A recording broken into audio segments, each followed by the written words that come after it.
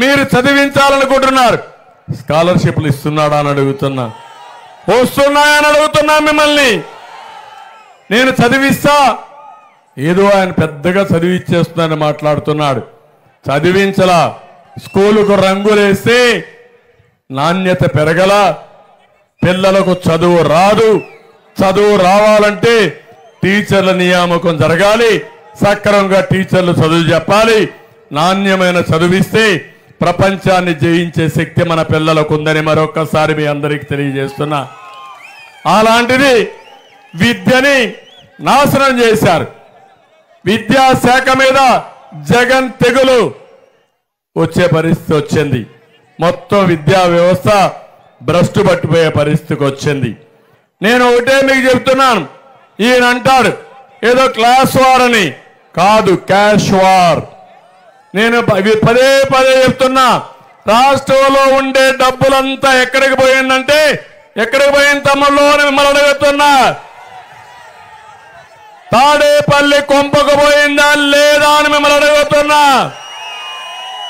తమ్ముళ్ళు నేను అడుగుతున్నా ఒక మాట, ఒకప్పుడు క్వార్టర్ బాటిల్ మద్యం బాబులు కూడా ఇక్కడ ఉంటారు. ఆ రోజు తమ్ముళ్ళు ఎంత 60 రూపాయలు, ఇప్పుడు ఎంత తమ్ముళ్ళు అని అడుగుతున్నా. 200 అవునా కాదా? 140 రూపాయలు. నాణ్యత ఉందా దాంట్లో? ఎక్కడైనా సరే ఆన్లైన్ పేమెంట్ తీసుకుంటున్నారా? కడాన కిళ్ళి కొట్లో, తోపుడు బండ్లో, టీవాలా, అందరూ ఛాయ్ వాలా కూడా నేరుగా ఆన్లైన్ పేమెంట్ తీసుకున్నారు. ఫోన్ ద్వారా ట్యాప్ చేసే పరిస్థితి వచ్చింది. దుర్మార్గుడు డబ్బులు వసూలు చేసి సాయంత్రం అయితే 100,000 కోట్ల రూపాయలు దోచేసే పరిస్థితికి వచ్చాడు. ఇక్కడే స్వర్ణముఖి ఉంది, ఇసుక దొరకతా ఉందా తమ్ముళ్ళు అని అడుగుతున్నా. ఒకప్పుడు ఒక ట్రాక్టర్ ఎంత 1000 రూపాయలు, అవునా కాదా? ఇప్పుడెంత? 5,000, 4,000 ఎవడికి పోతా ఉందని అడుగుతున్నా. భూముల కుంభకోణం, ఇవన్నీ కూడా మీరు చూస్తే మొత్తం పెద్ద ఎత్తున దోపిడీ చేసి మనం అందరం భిక్షగాళ్ళు అవ్వాలి, బికార్లు అయిపోవాలి. డబ్బులంతా జగన్మోహన్ రెడ్డి ఉండాలి. ఆయన వేసే ఎంగిలి మెతుకులతో మనం బతకాలని ఆలోచించే దుర్మార్గుడు ఈ జగన్మోహన్ రెడ్డి. నా ఆలోచన అది కాదు, ఈ ప్రజలే రాజులు కావాలి, మీ అందరికి ఆదాయం పెరగాలి, పేదరికం పోవాలి, మీ జీవితాల్లో వెలుగు ఉండాలనేది నా ఆలోచన. అందుకే పేదల పొట్టగొట్టే వ్యక్తి, నేను పేదల పక్షం అంటాడు. కాదు, పెత్తందారి పోకూడదు, పేదవాడ పట్టుకొట్టే వ్యక్తి సైకో జగన్ అని చెప్పి కూడా నేను మీకు తెలియజేస్తున్నా. తమిళలో ఇక్కడ ఒక నెల్లూరులో 44,000 ఇండ్లు టిట్కో ఇండ్లు కట్టాం. ఇచ్చావా అని అడుగుతున్నా.